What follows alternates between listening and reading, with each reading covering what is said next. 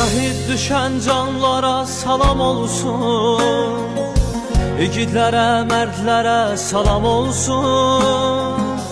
Vətən deyiblər kimi gedənlərə, qaziyə, şəhidlərə salam olsun.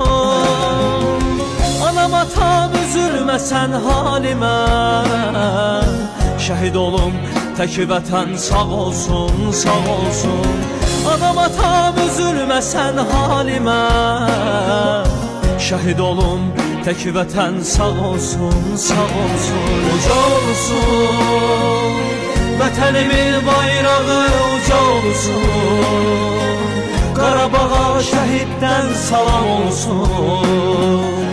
Şəhid olum tək vətən sağ olsun, sağ olsun. Uca olsun vətənimin bayrağı, uca olsun.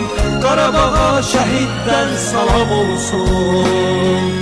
Şəhid olum tək vətən sağ olsun, sağ olsun. Azərbaycan var olsun, Tanrı bizə yar olsun.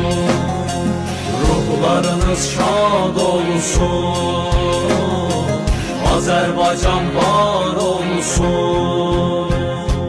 Canlarımız fədadır, vətən bizə anadır.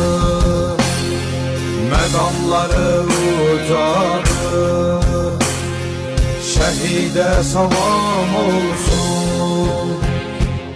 Ana vətən səslənər, candan qandan keçərəm. Torpağım azad